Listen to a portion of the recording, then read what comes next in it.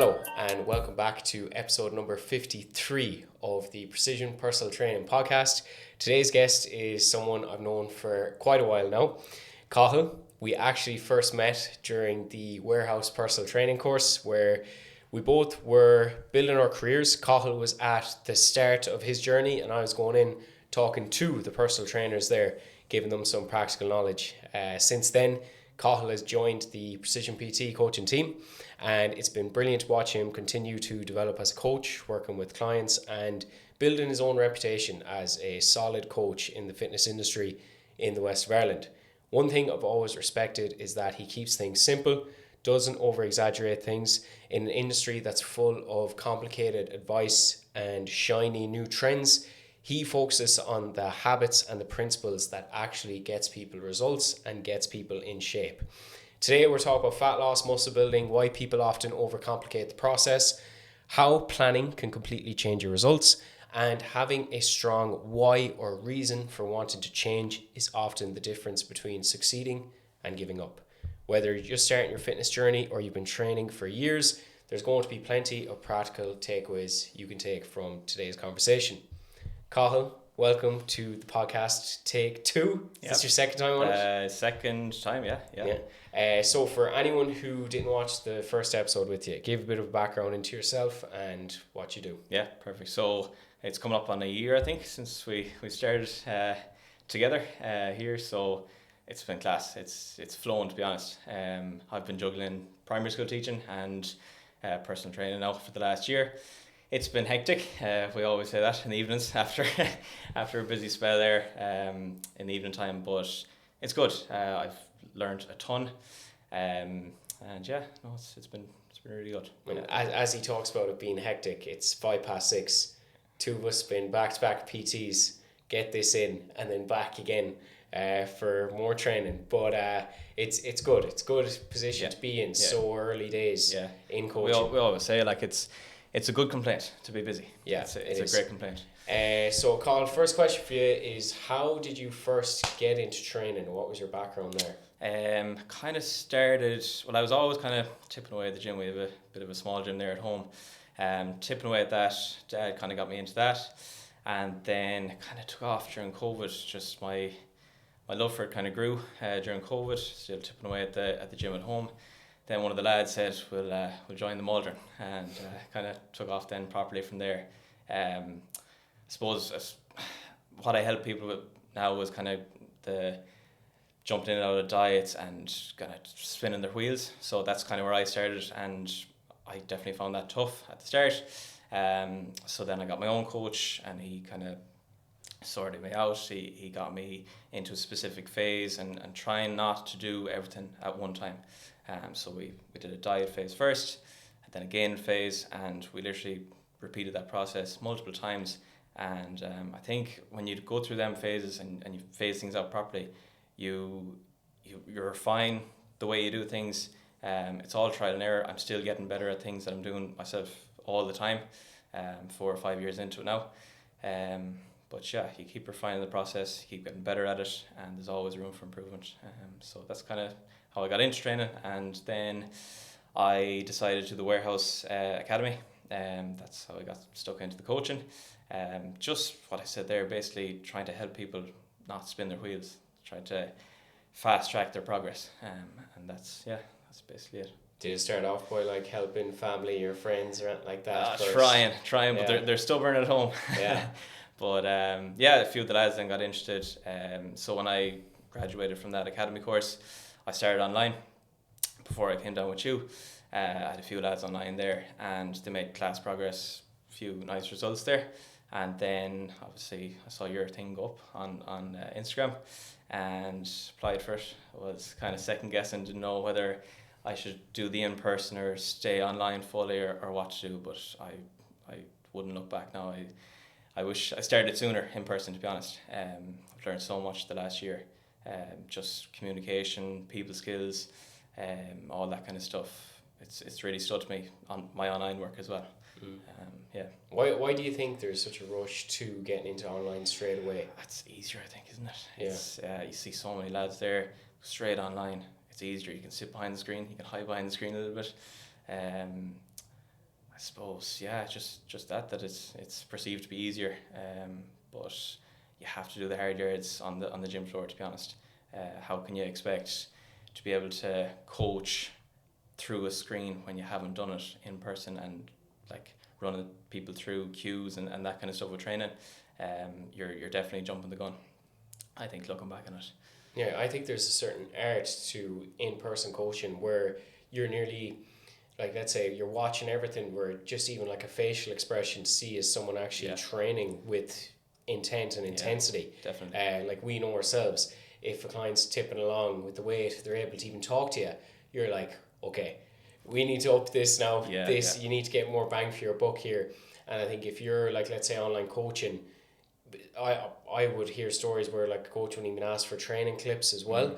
But when you're online coaching, you're asking for training clips. You're looking at these small little things that probably get overlooked and you wouldn't even consider. But when you're in it, it's very easy to see it. But if you're not doing it, if you're not in person, if you're not coaching, getting hands-on experience, it's very hard to see these cues that you're looking out for. Definitely, yeah. And I suppose with the client on the other end, on the receiving end of things, it's easier for them to hide too. Of course. You're asking for execution clips, you're asking for how they're tracking and all this, and they might be saying they're doing it, but when, we'll just say, with an in-person client, then you can really see how their body language is when you ask the questions and all that kind of stuff, and you get better at that then, and how to manage that and how they perceive good feedback and bad feedback and all this kind of stuff. So it's good. Your day-to-day is absolutely carnage. It's crazy. Just because I know you're on summer holidays now, but Yeah. for context, can you paint the picture for anyone listening or watching, like what your day-to-day looked like, peak kind of like, I'd say, teaching, training? Yeah. So I suppose I'm in a tough situation too, because my first year out from college, so I'm trying to navigate my way through all of that too, and it's hard being a newly qualified teacher, trying to get a job, and I'm constantly moaning and groaning to you, like, I don't know where I'm going to be next year and all this kind of crap. But on a day-to-day basis, basically Monday to Friday, I am in school. I kind of aim to be in school around 8 o'clock. I kind of prep myself, get them ready, get all the stuff ready for the day. School starts then at 9, then we go to 20 to 3, and halfway through the year I was thrown another curveball. I was sent up to another school after big break, so that was crazy too, trying to get to know all the teachers up there and trying to get to know the kids and all that kind of stuff. So finish up there around 20 to 3, go home, wolf down the dinner. Down here then for about 4, 4:15, and then sometimes I'm leaving here at 9, 9:15.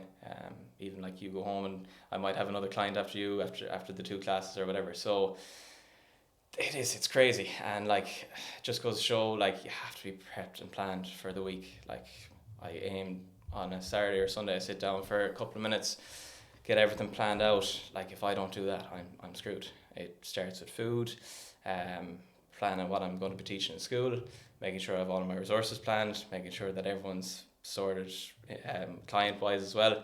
Anything that needs to be updated is updated straight away, or I'll forget about it. I have a head like a sieve sometimes, but but yeah, no, it's as we said, like, it's a good busy.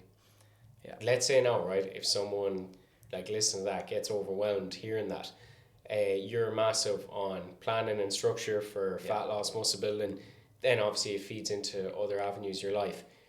If you were to give someone some advice, is it start writing it down?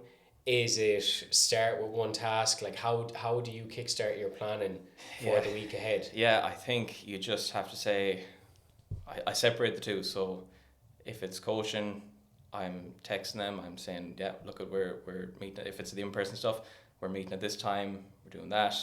Have all that organised for the week before. Then I'm on to my school stuff. All that is being planned, prepped, and like, it kind of has to be dynamic too, because you're kind of chopping and changing at the same time. Like, you have your plan, but it could change. Anything could be thrown at you during the week. So you have to be adaptable in that sense. Anything can be thrown at you during the week. Curveball, someone like a client might be sick. You might have an hour there. That might be another hour of prep, whatever it might be. But just taking the time to sit down for the half an hour, 20 minutes, whatever it is, to get all your things in place, the week just runs smoother. And then making sure that my own training is in a good spot too. So we always joking here, I have my 20 minutes, half an hour steps in the morning. If if that doesn't happen, the day is screwed. Like it's all over the gaff, and I'm doing it then. I'm playing catch up if that doesn't happen. So I aim for 2,000 or 3,000 steps before I go to school at all. And yeah, the day just runs smoother then, and I have my set training days then as well.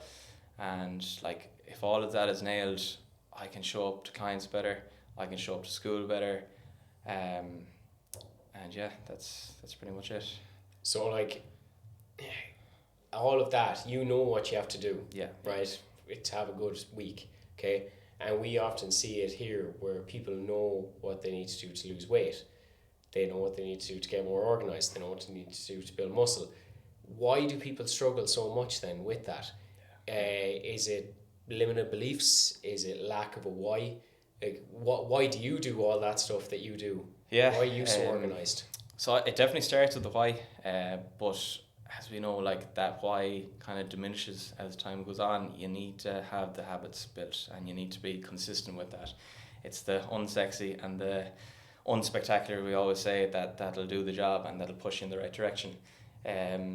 So like, there's nothing crazy about getting up that little bit earlier for the 2,000 or 3,000 steps in the morning, but it gets me off on the right foot, and it's something that I don't have to do at the back end of the day when I am absolutely frigged and ready to go to bed after coming home from a long day teaching and coaching down here. It's all about reducing that friction, as we always say as well. Do it when you're fresh, and do it when you actually have the energy to. And the importance of planning, prepping, yeah, like that's pretty much it. Just stay on top of it and don't let it get away from you. You know, I'd say you have to wake up and eat the frog first thing in the morning. Absolutely. Yeah. Do the hard things at the front end of them, like don't have them at the back end of the day when you don't want to know about anything. And then it's a domino effect, because like, you get your 2,000-3,000 steps, I see the story going up, and it's like, that's me committing to the person that I want to become, because look, your movement, you want to be healthy. Yeah. I think that's foundation. But then obviously you want to look good, so you have to keep up your movement.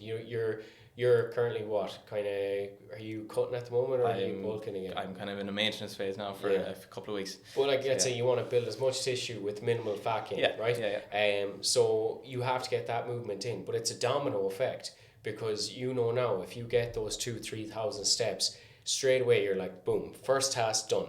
That's it. Yeah. And it just leads into you making good decisions throughout the day, because let's say you put in that effort of 2,000-3,000 steps in the morning. Your heart's going 90. It could be 25 degrees outside, like it could be some days. You're sweating buckets. Why would you, like, let's say, throw your diet out the window for the day, or let's say not train because you're putting yourself through that? It just leads to better decisions throughout the day. Definitely. And most importantly, come the evening time, decision fatigue is a thing. So if it's in the evening and you have 3,000 steps to do after a full day's work of primary school teaching and coaching, and the mental fatigue that takes on you, because you're constantly talking, you're constantly listening, your brain is constantly going, you don't actually get a second to stop unless you're driving in the car, but you're probably thinking of clients. Are you going to do 2,000-3,000 steps that you have to do in the evening? Not a chance. No. And you said about decision fatigue there, like, in our evening clients, when they come in, will often say, what's for dinner, what's the plan? And the people with the best results all the time, they have that to a T. They know exactly what's happening next. They're not navigating through absolute chaos. They have an idea in their head. Now, that obviously it needs to be a dynamic that might change based on the calories and all that kind of stuff, but they have a plan. They're not going in blind, and it stands to them all the time. See it time and time again.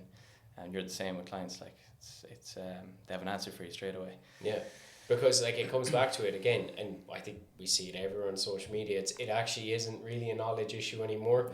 It's down to it. I think, like, I'd say, your habits, your actions on day to day, your self-talk, so what you actually tell yourself, and we're constantly correcting clients in this as well. Yeah. Like, if you are extremely critical of yourself, you will actually end up becoming what you're thinking and what you're saying to yourself. So if you're constantly saying, I'm not doing enough, I'm not good enough, guess what? You're not going to be doing enough, and you're not going to be good enough. You went through a fat loss phase, was it last year? Tail end of last year? This time I was actually Peak week was this time last year. It actually came up in a memory there. Yeah. How much weight did you lose last year? It was about 10 or 12 kilo. So I had a good starting position, which was brilliant. And then I was light. I was down to 65 kilo, I think it was. A lot of room to push up, which is good. But it's awful looking back at the shreds now. I know. But look, the plan is get better again. Yeah, absolutely. Yeah, but can you go back to the mindset you're in? Like, what was your self-talk to yourself like during that whole process? Like, would you have said you kind of gave into that negative side of it, or were you kind of like, do you know what, I'm actually doing pretty well here? No, I was always quite positive. I had a big diet phase with my coach, we'll say 3 years ago now, 3.5 years ago. And like during that diet phase was my first proper shred. Definitely overthinking it a lot, but this is what I was saying, like you get better at refining what you do, you get better at just the whole process of it. It was a breeze, to be honest, the prep. Maybe the last 3 or 4 weeks were tough going when energy was not great, and like more on my plate. I was doing a full-time job and coaching down here as well, so there was more on my plate as well. But that just goes to show that everything was in a good spot. I was still able to show up for everyone. I was never, not too cranky or anything like that towards the back end of it, but that's the way you have to be. Like it has to be a lifestyle. There are extremes, and that definitely was an extreme goal, but it's only for a short period of time. You just have to lean into the discomfort of it sometimes and be positive about it. And it's new territory. It was completely new territory. I don't know when I was in the 60s last in body weight, so it's cool. It gives you great confidence when you execute it and you say you're going to do it and you execute it, and the next time hopefully I'll be that little bit heavier and leaner. but yeah, no, it's all confidence building. And it's funny, like touching on that. Enda Tracy, one of the clients that I had in here, absolute legend. He's unreal. But his own journey, like we finished up around Christmas time.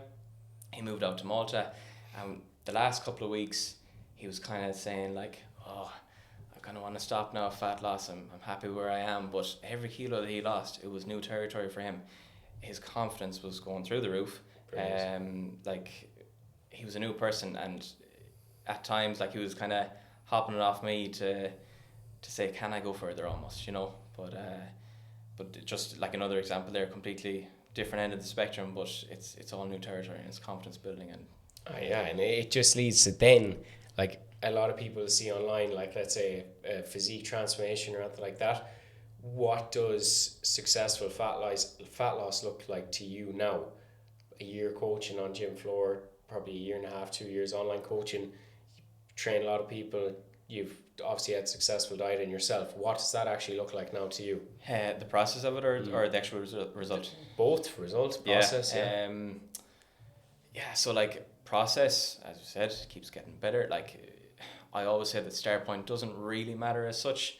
Like I'm always going to meet you where you are and you're the same. Like it doesn't matter who walks through that door or who comes online with us. We have to start somewhere.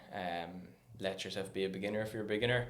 For more advanced people, we might look at rate of loss that little bit more. We might push them on a little bit more if they're kind of a little bit more seasoned and they know how to track and all that kind of stuff. I've one lad now at the minute, he's doing fantastic. We've pushed his rate of loss up to just over half kilo a week, which is fantastic. Like he's seeing results, he's getting diced up quite quickly, still feeling pretty good. His food is higher than he ever had himself, and I kind of take it for granted too, because I would have looked at him and said, he knows his stuff, like why is he coming to me for coaching and all this kind of crap? But he's never been on this amount of food, he's always pushed cardio to the absolute extremes, and he's seen the benefit of looking after his training performance now, and like he's looking better, he's feeling better. That's what you want. You want to always have someone in a better position than where they came to you in. You just have to meet the client where they're at, and I think with experience that gets better. You don't really second guess changes to plan. You just kind of do it, and you know that it's the right decision. And then I suppose results just get better over time. Like as we said, that confidence keeps growing. Your decisions get more fluid, and you're not second guessing things, and You get a higher, I suppose, caliber of client too when them results start getting better. Of course. Yeah, so it's good. And then after like that was process, what's successful fat loss look like afterwards for someone? So I'm a big believer in, like, yes, dieting shouldn't always be the goal, but they need to have built the habits to reverse out and then eventually go into a gaining phase. So all them good habits that they have off the back of a dieting phase, I want them to bring them into a successful gaining phase, because you can't drop the ball, because you're just going to put on body fat. So, and then you're going to cut your gaining phase short, and then you're in the constant cycle of cutting, gaining, which isn't very productive if they're too short. So just bringing them fantastic habits that you build into reversing out and getting into where the progress is really made into a gaining phase, to be honest. Then when it comes to, like, let's say post dieting, I think the goal should be build as much muscle tissue as possible. Definitely. What's one of the biggest mistakes you see people make when they try to build muscle? I suppose I put a big emphasis when they're dieting to get training as good as it can be, so they hit the ground running then when they're in a gain phase. But that's all good and well, but they still make plenty of mistakes. Like, I suppose chasing load would be a big thing. Confidence is up, you're feeling better, you're feeling full of beans, you're ready to rock, but I suppose pushing that load that little bit quick, maybe not managing off-plan meals or meals out and that kind of stuff too well. Again, you refine it as you go. I'm still trying to get better, not trying to eat my own and the girlfriend's leftovers and all that kind of stuff. You're probably guilty of that as well. 100%. So like I'm 4 or 5 years into this crack and still doing that, but we're getting better.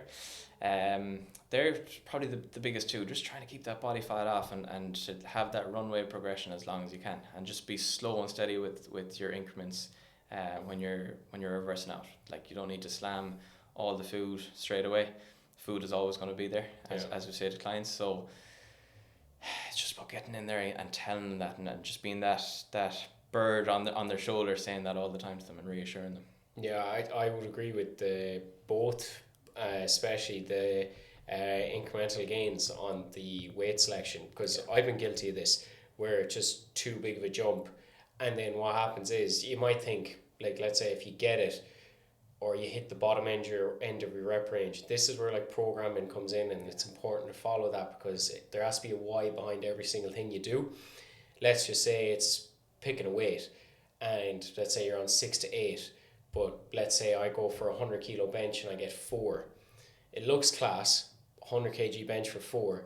Is it what I want? No, because what's going to happen is now I've accumulated a lot of systemic fatigue there, and that fatigue will carry into the next few sessions. You're going to speed up the need for probably a deload or a devolume a lot sooner, and you're just taking time away from progress.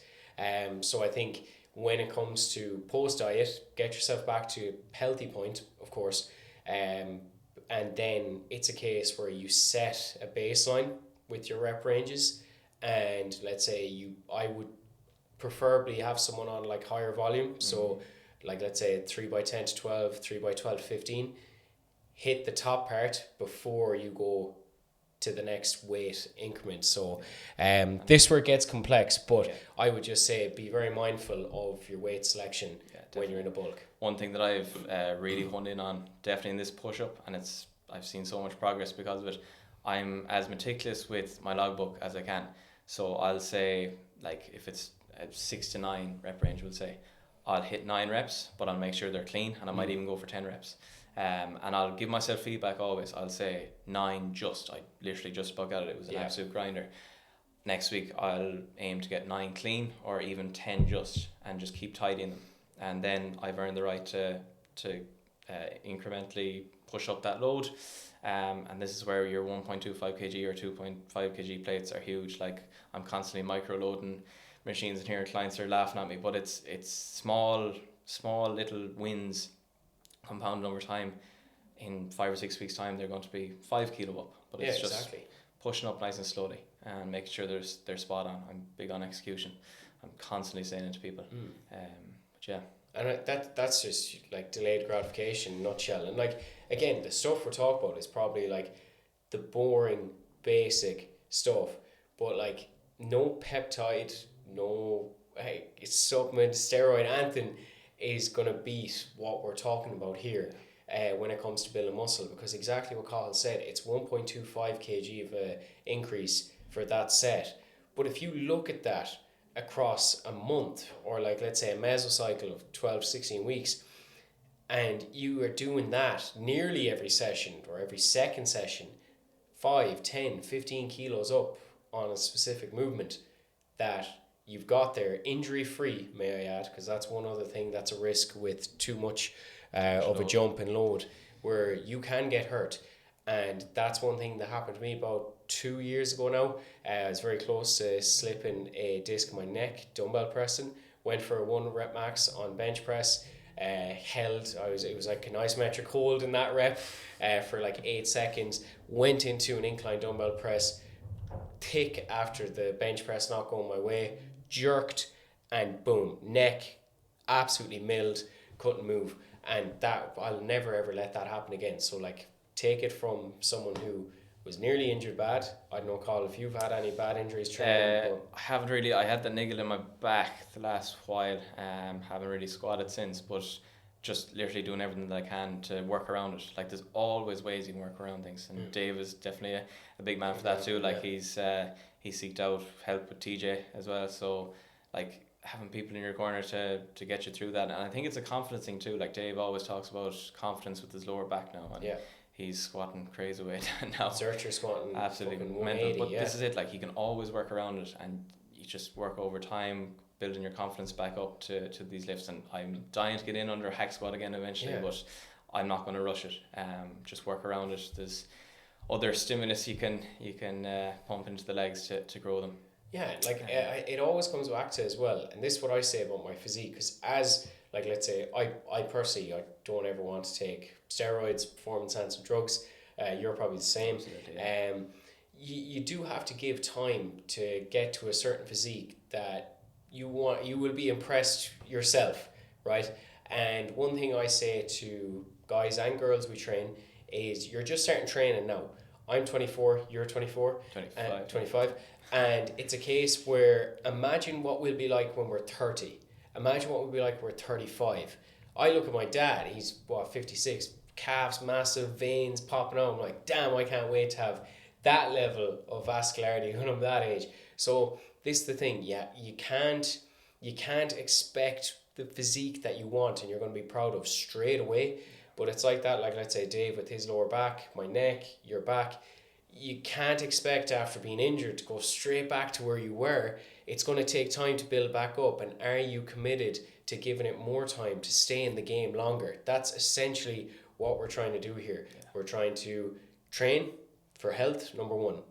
Then obviously for aesthetics and you look good. And then your mental health as well, because there is a serious kick-off training for your head. But it's trying to keep in the game for as long as you can. Because you have to be thinking longevity, and you have to be thinking, I want to be doing this in my 60s and 70s. I train a client who's in his 70s. I'm envious. I'm like, I hope, touch wood, I'm doing that come my 70s. Yeah, and as we say, like, it's a privilege to train. Like, it's not, it shouldn't be, I have to go in and train. Sometimes it'll feel like that, and that's fine. But it's a privilege to train, and you only realize that when you get an injury or something like that happens to you where you can't train, and then you appreciate how much training, like, positively impacts your life. Yeah, 100%. Okay, so why is it important to have such a strong why when you start anything? Yeah, well, it kickstarts it anyway. It kickstarts your journey. I took on a lad there about three weeks ago now. His why was, he has his son's wedding in September time, end of September. That's a fantastic why. That is your kickstarting, and I think it's so important too. When excitement is high, you're starting a new plan, all this, you have to rinse it. You have to just go balls to the wall. You have to live and breathe it for the first couple of weeks and just ride that wave. And as we know, that wave comes to an end eventually, and that why kind of gets pushed to the background. So this is then when the habits that you've built over the first couple of weeks and so on, that's when they take over. And that's when when the real progress is made. When you can do that for a long period of time, that's when you get fantastic results. Sticking to it. Like we'll always say now in check-in, I'll pin it up at the top of the WhatsApp, wedding, and just keep reminding them of that. That's a big thing. You have to get in the head like that, and just keep the goal in mind. And then I think planning then on top of that is good. So what I used to do, and this is something that I've grown on and taken from the year of coaching, is like I used to plan out like 6 months in advance for someone, and like that's not really realistic. Like you can have a rough plan or whatever, but what I do now is I like to have maybe on Kahuna's, it's a great app there, you can have your dashboard there and it'll show the goal. I'll set like 6 weeks, and that'll be like fat block 1 of fat loss, and we'll have that as like a short term goal, and then rinse and repeat that for 6 weeks. We might set a mini target there, and like that's my and their why for the first 6 weeks. Like the diet phase might be 20-25 weeks depending on how much fat they have to lose, but just breaking it up into small blocks keeps the why fresh, and you might get to the back end of that block 1, you're ready for block 2, and it's kind of like a new exciting kind of runway of progression then. Yeah, no, I think as well, when it comes to that, you have to ask yourself, why do you want, let's say in the topic of fat loss, why do you want to lose weight? Let's say this guy who's the wedding coming up, I'd imagine it's for confidence, better lifestyle, and he wants to be in pictures where people be like, geez, you look great, Yeah. do you know, and look back on them himself. But there comes a point, and anyone listening to this, and we've had to go through this ourselves, you have to ask yourself, what point is it, do I stop trying to lose weight and this actually just becomes my identity, and it's simply a lifestyle that I have and can't live without? Because there's so much benefits to training, eating better, improving your sleep hygiene, just walking, getting outside in fresh air. And you have to ask yourself, okay, I'm doing this for X, what's the deeper reason, and when am I going to stop doing it for, let's say, just purely weight loss, and it's going to become my lifestyle?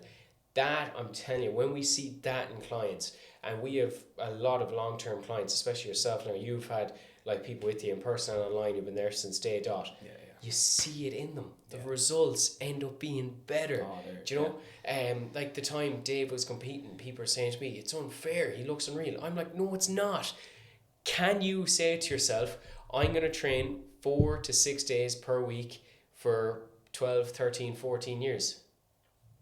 If the answer is yes, happy days, you're going to look great in that time. Yeah. But if it's no, I can't do that, I can't see myself past 6 weeks, then there's a deeper issue at stake there. Yeah, definitely. Just reiterating what you said there. Yeah, it's a long-term game. You have to, I'm not saying you have to love it, but find what works for you, refine it, get better at it, and just rinse and repeat it, and you'll see fantastic results. Now, some quick tips that you can kind of get stuck into this weekend. What foods should people have stocked at home from now? Well, we always kind of say 80 to 90% kind of whole foods if we can, but with the sprinkling of the guilty pleasures, like you might go for a meal out once a week, but make it once a week and not 2 or 3 times a week. Like if you're going for 3 times now, let's reduce it a little bit. How much can you meal prep? That kind of stuff. Just handy foods, like a lot of things that I program now for in their meal plans, clients there, would be like the microwavable pouches of rice. So handy. Fire it in, fire your chicken or whatever it might be in on top of it. That's a meal right there. Yeah. You know, I think it's all about reducing friction. Like have things that are easy to prep. Your one pot wonders. That kind of stuff would be just fantastic, and they're healthy, they're nutritious, they're satisfying you also. I think a big thing is when you're dieting, especially, it's like pull, like eating like a child. Like that's the mentality when it doesn't have to be. When I start a plan with someone, they're like, how can I even eat this amount of food? But yeah, just about prepping that kind of stuff. Have you any Look, go-to meals or anything? Yeah, look, obviously it's contextual, but I would say if let's say now someone wants to improve their lifestyle straight away, instead of like let's say having cereals or toast and jam first thing in the morning, I would try swap over to something that's a bit more high fat, high protein. It will keep you satiated for longer throughout the day. Then from the podcast with Dylan, dietitian, is up your fiber straight away. So like let's say 100 grams of raspberries has like 6 grams of fiber. You can literally do whatever you want with them. You can eat them on their own. You can put them in overnight oats. You can have natural yogurt. You could do a smoothie. Like that's 4 options there straight away to get 6 grams of fiber in. Like for me personally, I wouldn't be able to live without overnight oats first thing in the morning. I start early in the morning. I tend to not be able to get a chance to eat until 9-10 a.m. So from 6 I'm PTing. But the night before I make my overnight oats, I throw in a scoop of protein powder that I like. I'm currently having like vanilla cream or something like that from Perform. But a scoop of that gets me about 25 grams protein. And it's easy prep. And like the thing is, you can have so much chopping and changing that too. You can change the protein powder flavor. You can change maybe the toppings. You can put in milk. You can, there's so many different ways you can change it around if you're a person that can't eat the same thing every day. Yeah, we hear this all the time, and I'm looking at them and rolling my eyes sometimes. But if you're that type of person, just swap the sources every couple of days. And then again, I would say you have to really figure out what works for you and where you can tolerate hunger the most. Whether it's fat loss or muscle building, because when it comes to dieting especially, there is going to be a point where you're going to have to be hungry. For me, my body has completely adapted where I ain't hungry first thing in the morning and I'm not hungry before bed. I do be absolutely starving from 10 o'clock to 2. That's where I eat all my food. And that's just what works for me. Circumstantial, and our bodies are smart. They just adapt. So you have to figure out what works for you. In that sense, where you can tolerate hunger. And then again, like break it down, 4 to 5 servings of protein a day, 20 to 30, 40 grams. And I would recommend, don't stop eating like a child. You will feel better eating more colour on your plate, more fibre, protein, healthy fats. If your diet consists of like just chicken nuggets, chips, bit of ketchup on the side, and you're constantly living out of fast food, I don't judge you. That's okay. But there is light on the other side where you will feel better if you tidy up your diet. And by no means, we're not dietitians, we're not nutritionists, we're personal trainers. We can guide people on fat loss, muscle building, improve your lifestyle. And we've worked with a lot of people. We know what improves your lifestyle, and we've worked with nutritionists as well. So just stop eating like a child, and take responsibility of your food. Something you said there, like good quality food. I see it time and time again, like what can I fit in here or in my macros, and what can I fit in my calories. Like that's all well and good, but like 90% of the time it has to be good fuel. Like you wouldn't expect a Ferrari to take in terrible fuel. Like treat your body like it's a premium vehicle. How do you approach weekends, holidays and social events? Again, getting better at this as time goes on, but I will say a holiday. I've gone on a good few holidays this year. I think nailing everything before I go puts me in a good frame of mind that I can let the hair down a little bit when I'm on holidays. Like it's not all my progress gone. I usually take, I know you're different to me, but I usually take my holidays as a deload from the gym, so I don't feel like I need to be punishing myself for anything like that when I'm abroad. My approach really is keep steps nice and high when I'm abroad, have a nice protein high brekkie. I tend not to eat a whole pile during the middle of the day. I kind of backload my calories for the back end of the day, and a couple of drinks if I'm having that as well. So I might have, if I'm hungry or whatever in the middle of the day, I might have a little bit of fruit, something like that to tie me over. But I tend to kind of leave that big chunk of calories at the end of the day. I don't track at all when I'm abroad or anything like that. I think it's there for enjoyment. It's not doing the dog on it, but it's there. It definitely is there for enjoyment and letting your hair down a little bit. I think if you kind of stick to that blueprint and keep steps high, keep output high, it's the only way you see a city or anything like that too. So you might as well do it. That would be kind of my blueprint whenever I go abroad, and it's worked up until now. So I'll keep rinsing and repeating that. Touch wood. Yeah. And then, what's been your proudest coaching moment so far? I think there's nothing more satisfying than getting someone through a full phase, whether it's like a dieting phase or a muscle building phase. I got a good kick out of ending now, to be honest, before Christmas. I thought that was class. And then like he went and started working in Malta. Which How was much weight class. did he lose again? He lost 18 kilo. Bearing in mind he lost over 20 on his own before that. So it's class. And he's into the 90s now. Like I think he started at 145. Wow. Like that is like mind blowing. That is a completely different person. And I kept saying to him, you will never ever see that scale weight again, which is so cool. Like, and it's just a different mindset completely. That was class, to be honest. Just see him grow in confidence. Another girl there, I think this week is our 1 year anniversary in here. First ever female client, which was class. I'll never forget, like, we say it here, we actually said it the other day, like, we barely even spoke during the first PT session. Just she was nervous, and I suppose I was nervous too, because it was my one of my first in-person clients.